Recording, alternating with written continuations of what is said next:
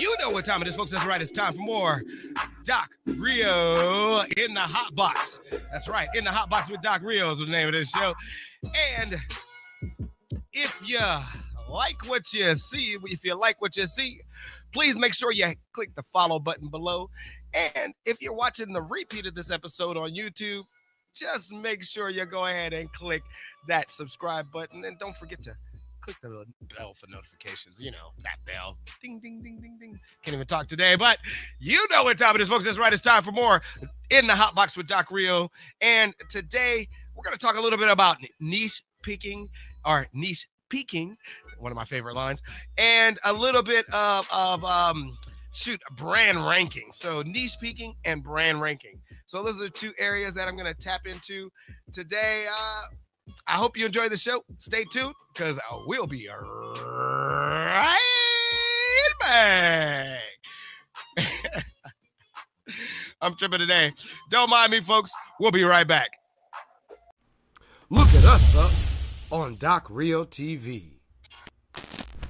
All right, welcome back, folks. This is Doc Rio, and today we're here to talk more about niche peaking for brand ranking. So, niche peaking and brand ranking. I don't know why I wanted to put them both together, but that happens sometimes, especially when I can't get the apps to work the way I want them to work. Let's see. Do you just close it like this? It's not solving anything at all. Let's just close this one and see what happens when I open this. Haha, there we go. There we go. That's what I wanted. All right. So sometimes messing around with other devices when you're using your notes don't like to work real well. But you know what time it is, folks. That's right. It's time for more In the Hot Box with Doc Rio. I am Doc Rio right here on the screen for you today. Let me move my mic out of the way so it's not directly in my face. Happens sometimes when I'm not necessarily paying attention to how close it is. So today we're going to talk about niche peaking. Niche peaking. Niche picking has to do with picking a niche, but part of picking your niche, people have asked me several times, what do you really mean by niche peaking? Now, those who have taken some of the lessons, they know exactly what I'm referring to. But this is a small breakdown just for those who have been asking and want to know a little bit more, so that if you'd like to go over and grab the lesson, which I can tell you more about that later, I can show you where exactly you can grab that lesson and see what exactly is going down. Now, I wanted to give a chance to shout out to a couple of people because for some reason I could not see their names before. But last week I had a couple of people pop in, and it seems like I'm not getting the alerts like I usually do for my my mixer alerts. So I'm not seeing them on the screen. I'm not even hearing them anymore. So I hope you are here, all are hearing them. And hold on, that probably is better for you. Yeah, that's probably better for you all right there. So I hope you all are hearing them because I'm not hearing their alerts at all like I usually do. So with that being said, I want to thank Arctic Lizard for following, giving you that dap back. And also Mini Dragon 37, Mini Dragon, all those numbers back there. We're going to have to get you squared away where you can erase those numbers. Just erase those numbers. Go with Mini Dragon or Mini Dragon 37 or something that you really like, and get rid of those extra numbers so it's not so confusing, because people love it when you come into their chats and they can quickly read your name. So, that's not just for, you, but it's for the channels that you go into, because you'll probably find, if you're new to Mixer, you'll probably find that you'll like a lot of the channels here. So we'll see. Everybody likes different things. But also, I wanted to say, D891, go ahead. Thank you for the follow as well. So, if I miss your follow throughout this broadcast, it's because I might not be able to see it. Small writing. That's, I don't have my TV set up the way it used to be because as I showed you last week, I broke the TV. So it's on, but it just, I can't look at it. Anyway, no, I'm here to talk about niche peaking for brand ranking. And this is the important part of this for me, because niche peaking has to do with focusing on your niche a little bit more than just picking a niche. It's good to sit down and decide where you want to go, but in order to pick that niche, you kind of have to break it down. And to break it down, you have to gather the data to break it down. And in order to do that, you have to kind of throw some stuff out there. You kind of have to spray and pray for a while, as well as do some secondary research. Now, when I talk about secondary research, it's important that you understand that secondary research is usually done by someone that is not you. And the reason why I say that is because usually when that you read that secondary research, in that secondary research, you'll find that you're probably not exactly getting data that is catered more towards what you want to see. Now, I know I'm supposed to be live right now, but it doesn't show me live. Okay. Let's see here.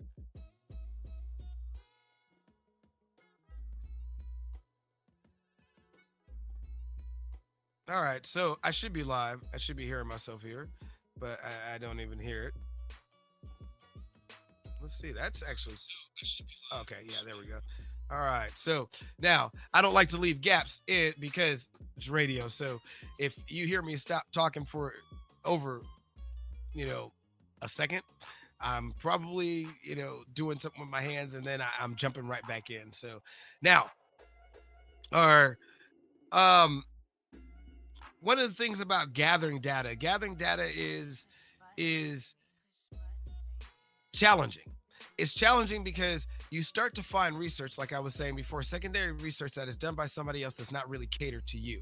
And when it's not really catered to you, and it's not really set up for the way you would like to actually do research, you find you have to go out and do your own research to really get deep into what your audience likes. And so that's what I was talking about. You either spray and pray, which spraying and praying, you're putting stuff out there and you're trying to figure out what your audience really likes. I still do that to this day because you never know. Little things go out there like dog and cat videos that catch people's attention more than anything else. So if you're putting out a lot of content, you're going to find out what your audience likes, and you're going to start to put out more of what your audience likes to put out.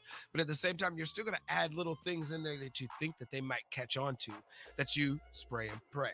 So in that sense, you don't really fully spray and pray in your targeting because you're still going to target your demographic. You're still going to target the baseline demographics that you're aiming for, whether that be 18 to 25, 25 to 39, 18 to 49, 35 to 55, 55 and up. You never know what your target. I never know what your target demographic is. So I'm not here to tell you what it should be. And I'm keeping this on because I like the light that comes off of it. But for some reason, it decided it wanted to turn it off. So I love my TV on because that little extra light helps the shine. Anyway, so with that being said, when you are actually focused on the drill down of your data, you're not only focusing on the drill down of your data, you're focusing on the drill down of other people's data. You should be looking for other case studies in that sense. You should be looking at your competition, not only your competition, but you should be looking at people in the similar market that may not be your competition or your direct competition, but maybe a line of competition for you. And if you're looking at people in that particular market, what you will notice is that there are certain trends that they follow and trends that work for that particular brand. So it's important to take a little focus and do a little data mining. Data mining is, be honest with you, data is what makes the world go round this day. Today, data is relied on more than anything else, and it is like gold. It is gold. The biggest gold rush you can ever have is have a lot of data and not give it out. Netflix. You know what I mean? Because what you can do with that data is amazing. And turn around, as you see, they're able to borrow billions and billions of dollars and still keep running. I don't know how they're doing it. It's just, and they're able to put out great content. I mean, we're still watching their content, and by statistical data that I've collected, my actual primary research, I find that Netflix is still the most watched amongst ages 18 to 25. So if they're the most watched between ages 18 to 25, then they're also the most watched between ages 18 to 49, the main primary demographic of television. So I don't know how they're doing it, but they obviously know something by the data that they're using and the way they're using the data. Excuse me, I had to take a little drink there. Now, so one of the things about doing the drill down, it's not a one-time thing. I found that I was doing a lot of data mining and not being able to stay focused on the data mining when I worked in an administrative capability. Sometimes working in administrative capability, there are certain other things that need to be focused on primarily. And depending on the hours that you have to work in that administrative setup, you may not have the time to really do the drill down and really find out what your customers' needs are. So in the idea that I do like to look at the drill down at least once a week and break it down in my head once a week, serving reports is probably a better way to do that for your company or business. Now, I've done it mostly in my head. Now I'm starting to do reports for myself so I can break down and look at the difference between the report from the month prior to the report today. Now, I can do that already on the systems that are provided out there for me. I can look at it manually, but I'm now breaking it down to my own reports so that I can actually figure out how to break it down a proper way for translation to other people who might have a similar type of setup.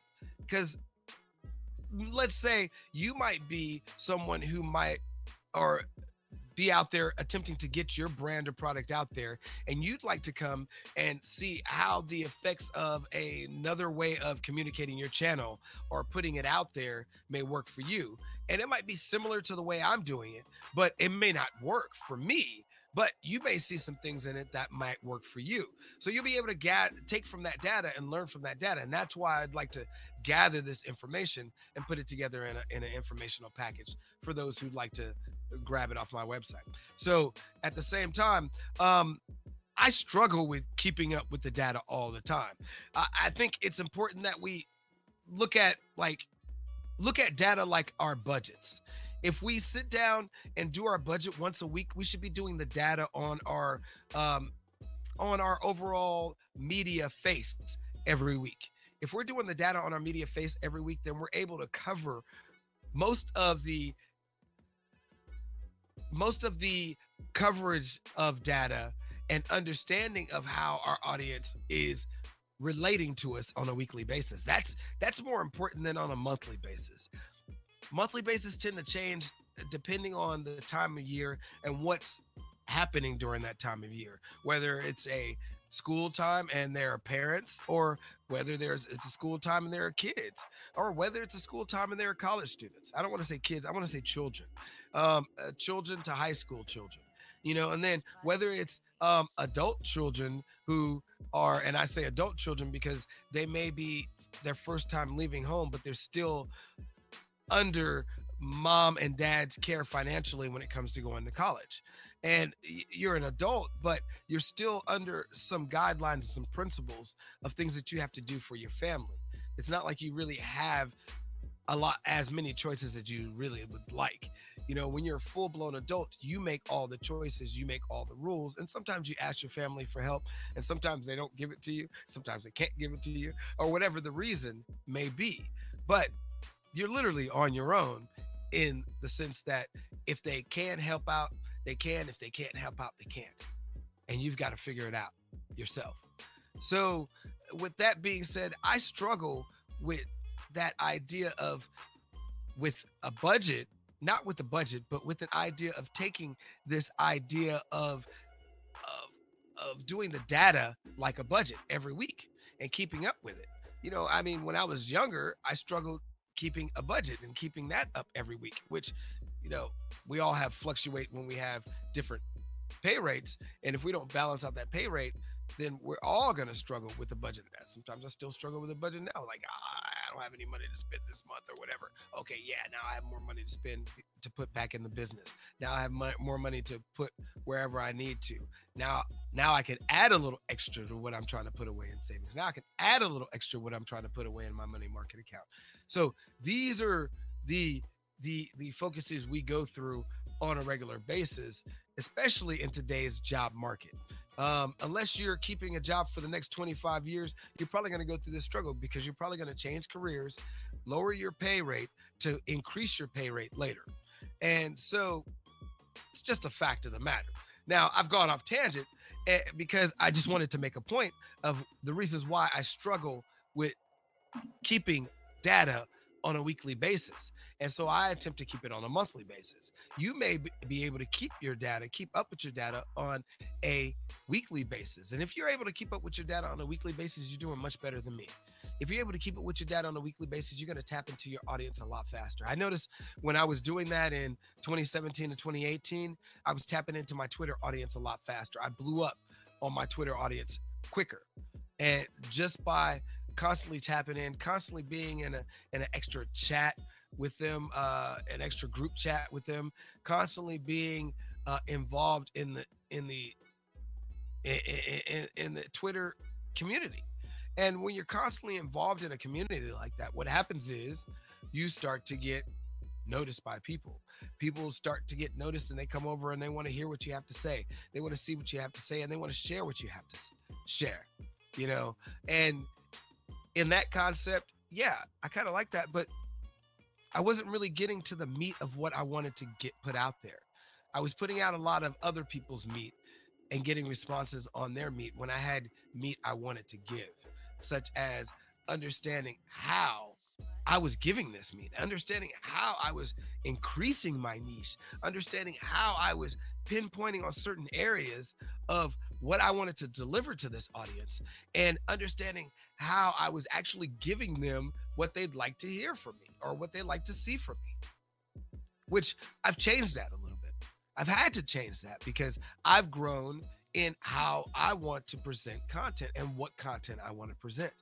And so it takes a actual restart of everything that you do or did before to gain that audience, to maintain that audience and continually make it grow. Now, from 2018 to about right now, I really kind of stopped maintaining that audience. I've kind of just constantly put out little things that I put out on a regular basis, but I haven't really maintained the audience like I should. I went from over 5,000 followers on on Twitter down to 4,220 something followers or 230 something followers. It fluctuates from there to 250, 220 to 250 all the time right now. I don't understand it.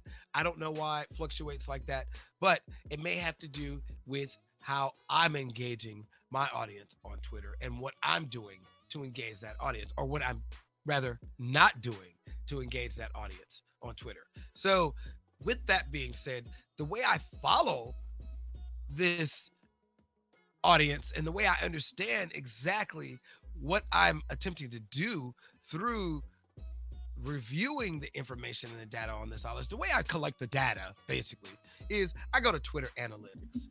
And let me pop up a screen for Twitter Analytics real quick. Let me pop up a small screen and get it out of the way. And see, that was one of the things I wanted to do for you today, but I realized that light screen through using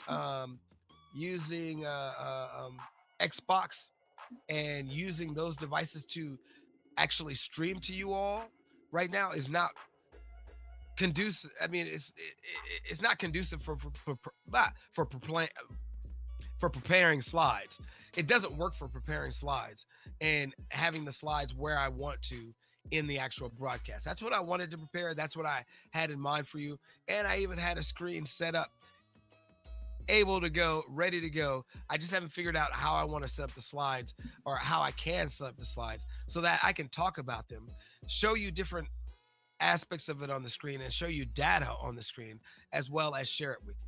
So I will figure that out, especially when I put together this new computer. And that has to do with another part of brand ranking. So we'll get to that a little later. But when it comes to finding your Twitter analytics, I go to analytics.twitter.com. Analytics.twitter.com. And of course, it's probably going to make me log in because I'm doing this on, oh no, it's already logged in. Great. Love it. Oh, it's Google. That's right. So I can look at my daily summaries. I can look at what posts got the most mentions. I can look at which posts got the most tweets. I can look at which followers. You know, I got my top follower now is 1,716 people, and I've had top followers who had thousands of people. You know, I've had top followers who, let me see, top followers who got 49K. I've had top followers who had 1 million. I've had top followers who had 8 million. So it's a matter of the time and the frame of me doing this particular posting and what I'm doing during that posting and how I'm actually attracting an audience. Am I attracting an audience? Am I giving the audience what they really want? You know what I'm saying? Am I showing them what they really need to hear, what they need to really see from me, or what they are even following me in the first place for? You know, let me double check, and I haven't seen anything in chat. See, I got to double check chat to make sure that I'm paying attention. My head's on the swivel, you know, because I missed something the last time because I wasn't giving my audience exactly what they needed to hear from me, you know. And so with that, that's part of niche peaking too, paying attention to your audience's needs, as well as when you deliver it or when you gather the data, because that's part of you collecting your own primary data. Once you get a sense of some of your audience's needs, staying on top of them and delivering exactly what you need to deliver them. That's a challenging aspect of this, okay? So now, when you're in Twitter analytics, you can start looking at some of the demographics of what you're, or who's following who organically, or who's following you organically, or who's following what tweets or replying to what tweets, as well as you can look at some of the psychographics behind it. Now, generally speaking, some of the psychographics are the same as the ones on Twitter across the board. Twitter has kind of a across the board mentality because it's connected to so many people.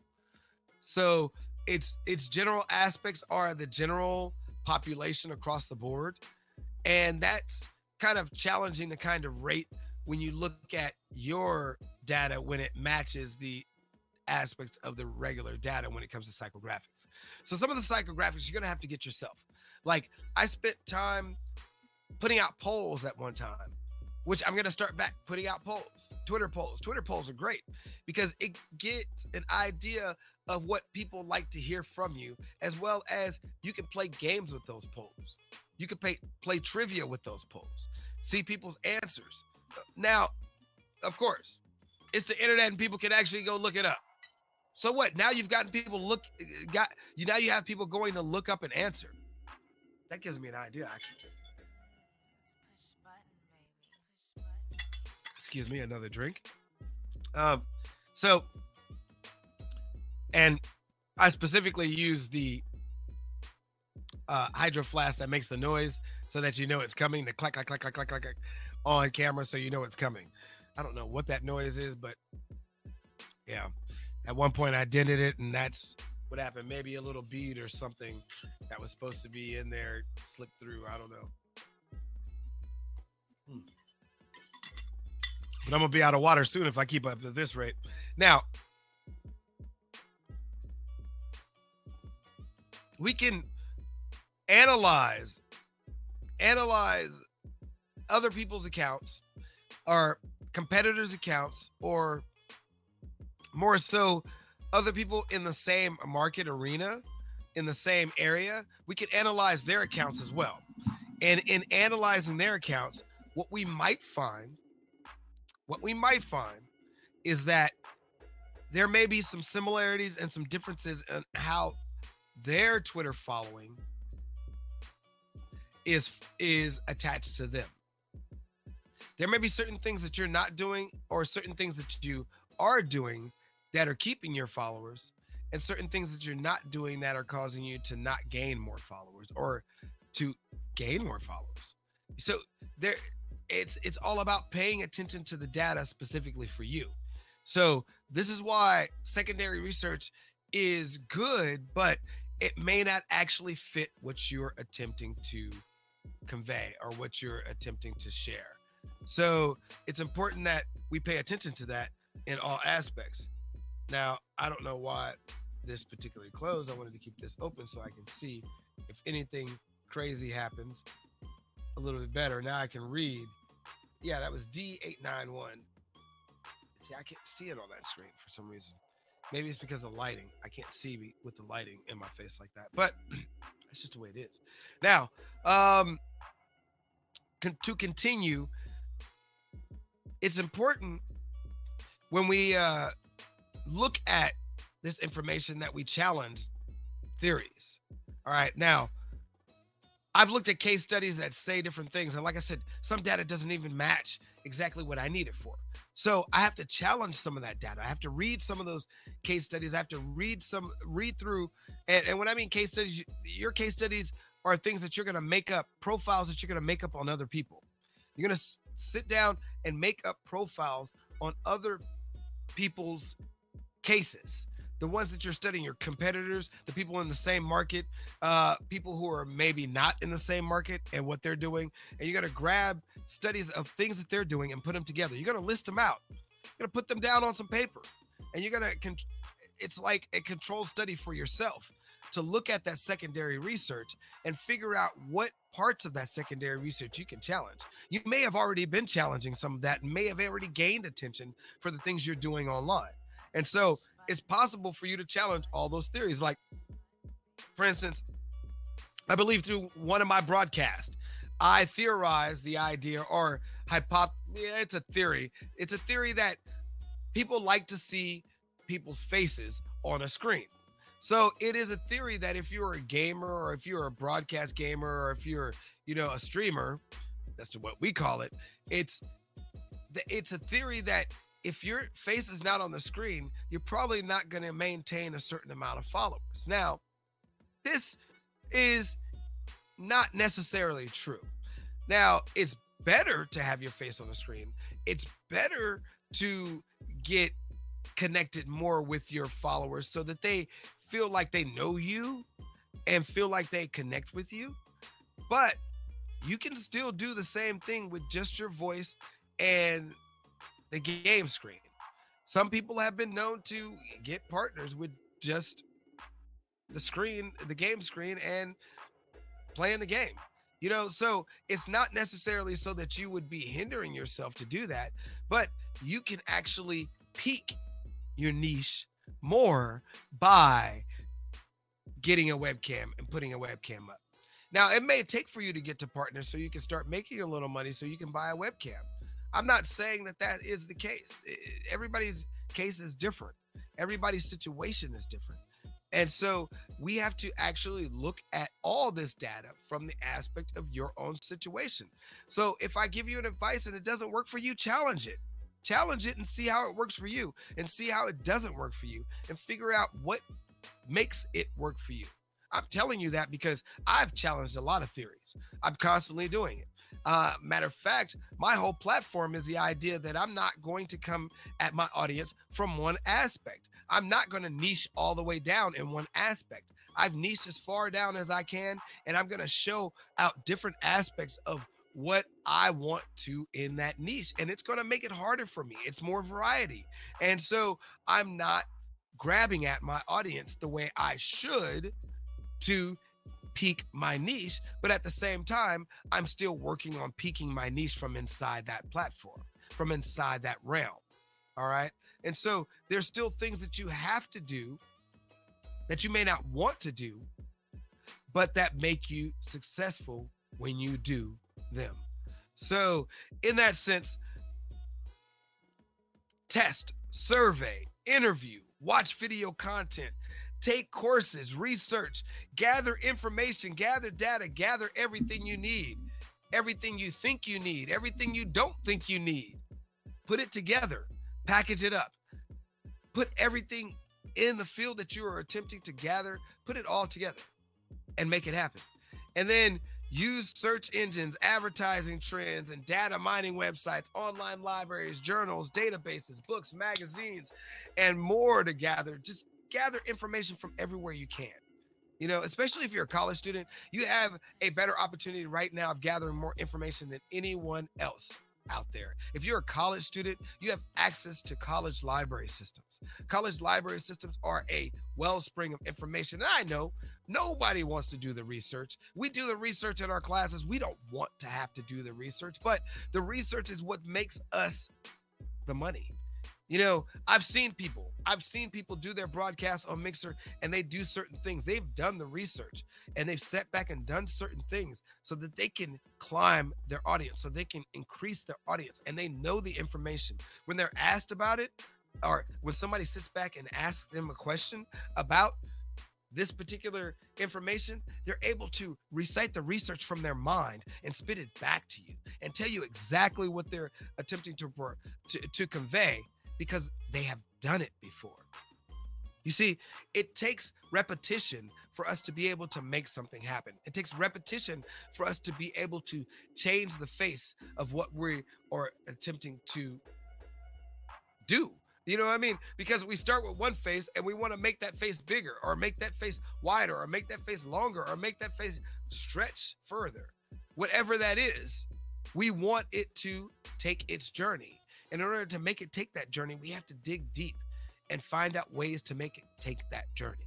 You know, I spent a lot of time, and I spent years in media and in broadcasting and film and in television and in creating content.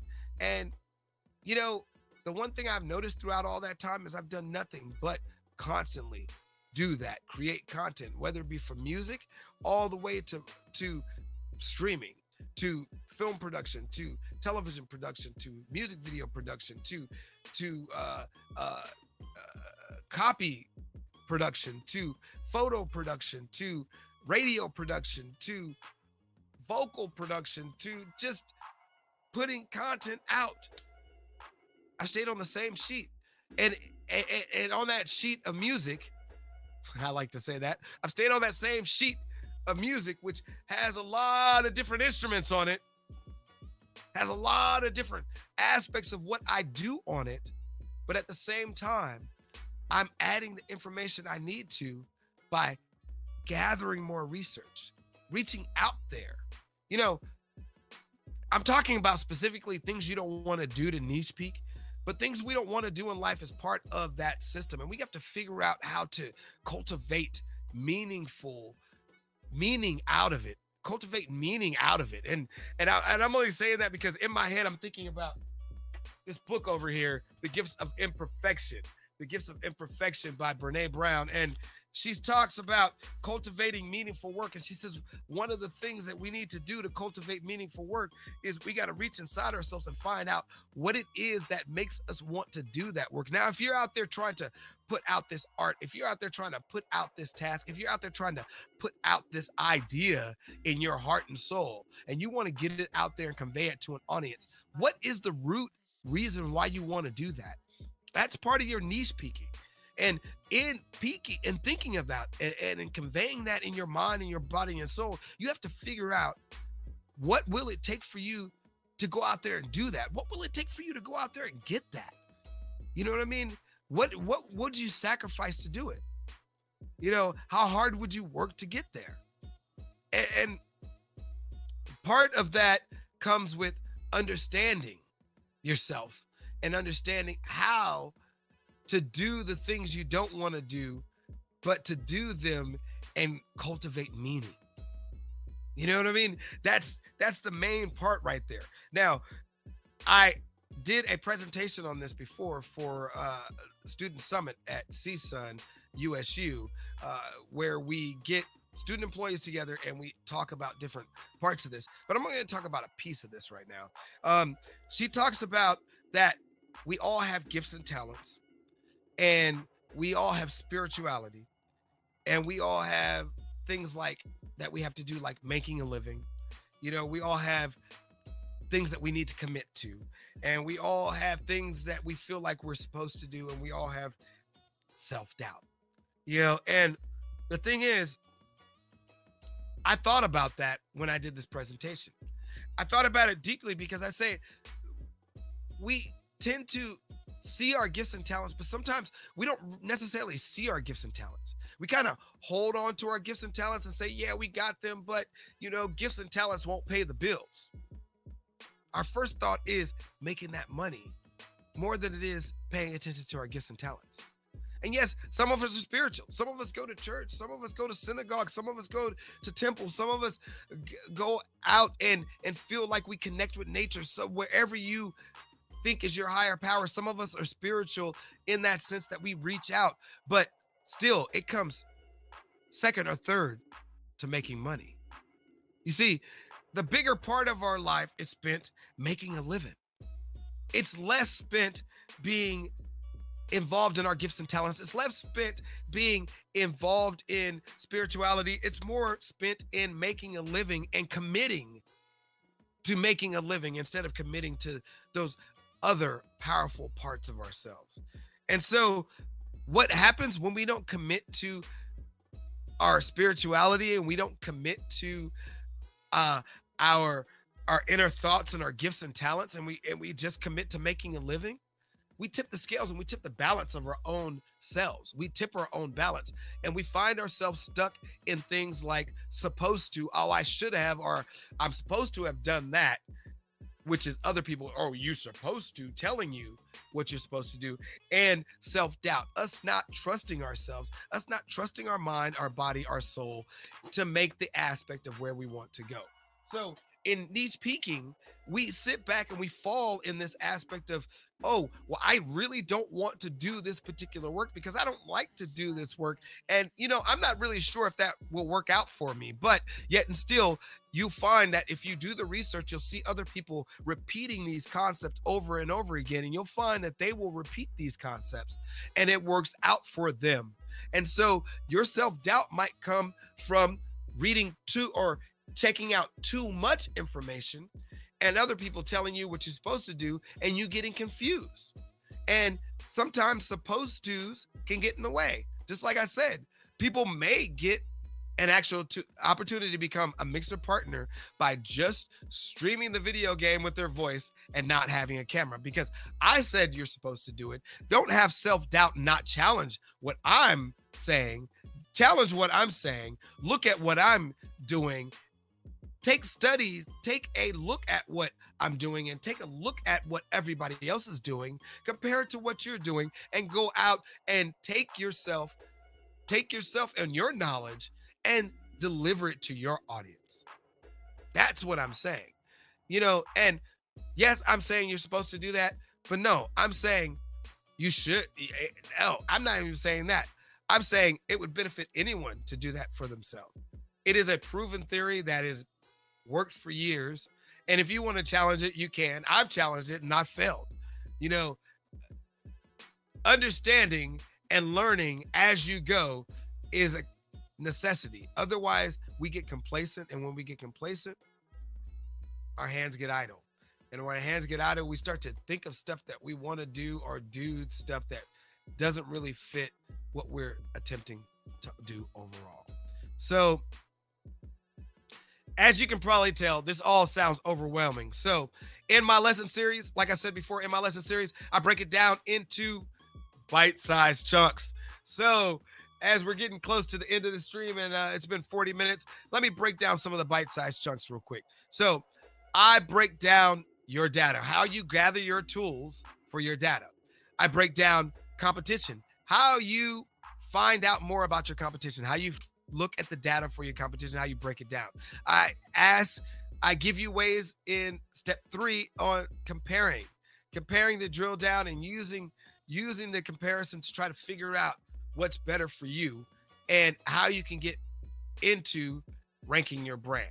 Now, digging deeper has to do with libraries, business sites, periodicals. You dig into those things that you need to really look into and try to figure out how you can use those things, use that research to your advantage, not to use that research to follow it exactly. Like an example, Amazon might tell you about their comparison to House of Cards. They use the data exactly where Netflix did something different with the same data. Now, House of Cards, unfortunately, not so popular anymore, became a hit show, versus their similar version of, I'm not going to mention it because I don't want to put them down. Now, dig deeper. Libraries, business sites, periodicals. You got to dig deeper.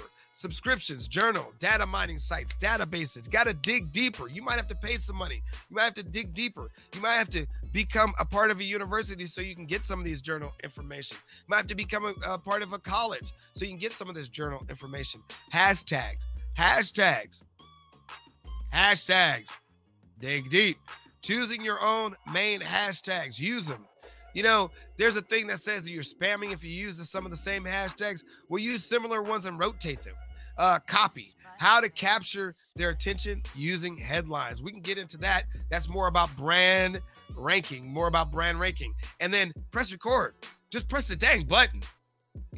People are just like, oh, well, I don't know. My hair looks right today. You know what? I didn't shave today. I knew I had to do a show. I tried to set up something in between time, so it took me an extra hour. I was going to come on at 12, but I think I'm going to start coming on at 1. That way, it gives me time to check new things I want to add to it. And it didn't work out for me. I barely got on at 1, trying to set everything up. But you know what? I'm on. My face is on the screen. I'm here. It's more important for you to be there when you say you're going to be there, which I have a difficult time doing, than it is for you to say, well, I'm not going to do it. Press record. Make it happen. This is your time. This is your show. This is your opportunity to share what you've been wanting to share with an audience out there. In order to brand rank, you're going to have to go through that sharing. You're going to have to make it to that next level.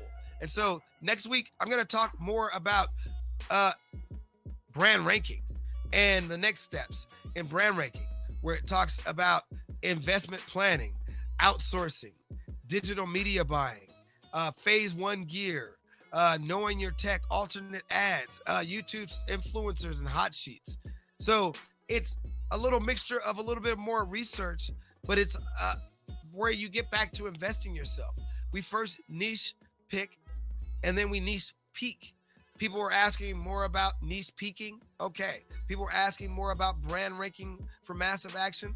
Okay, next time we're going to talk more about brand ranking for massive action. I'm going to put some information out there.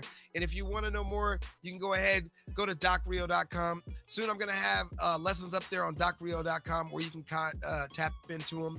But first, as you'll follow some of these posts on docrio.com, you'll see at the bottom where I have a 99-cent deal.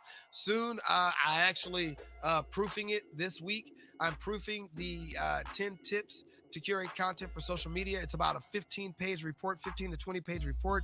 I'm going to add that for those of you who have already bought the 99-cent poster. You will get the 15-page report that I am putting out there, as well as you'll get some stuff for building your own focus group.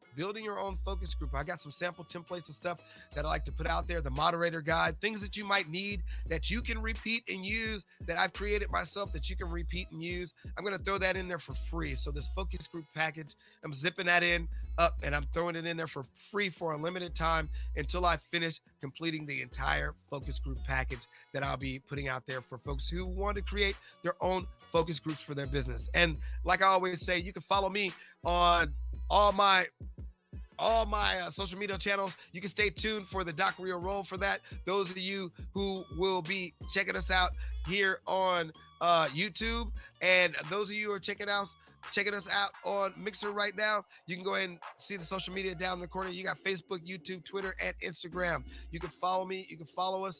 And if you're on YouTube, You can even follow me on LinkedIn. Hey, on LinkedIn, you'll see what I'm doing educational-wise to show you that I'm growing educational-wise so that I can continue to deliver information out to you. As well as if you follow us on YouTube, go ahead and make sure you click, if you go to YouTube, go ahead and make sure you click that follow button. Don't forget to click that bell for future notifications so you can find out more. And if you're checking us out on Mixer, go ahead and click that follow button below. If you click that follow button below, you'll be notified when I come on every Sunday around 12 or 1 p.m. I haven't decided just yet, 12 or 1 p.m. on Sunday. I'll be here delivering content. Next week, it's going to be brand ranking for Massive Action, or more about brand ranking more than it is for Massive Action. More about brand ranking and how you can get in and dig into your brand ranking and get ready for the next level of building your crowd, your audience, your tribe. So this is Doc Rio right here. Stay tuned for more, as I guess I'm stepping out of here. You know what time it is. It's time for Doc to head on out of here. Stay tuned for the Doc Rio roll. That's all I got to say for now. But with that being said, I don't even know where this thing is. Oh, it's right here.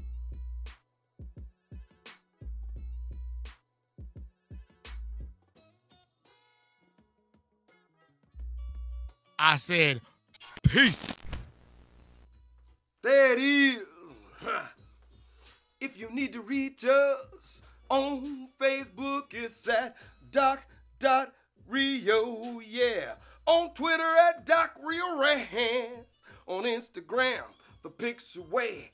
And every time I come, I'm here to stay. Snapping photos and get it right. It's at Doc Rio tonight. Say, on YouTube, you can't stop. By Doc Rio TV. That's where you see me. That's where you see me. Hit us up on RioBucks.com. Yeah. Back to your regularly scheduled program now. Peace. I'm out.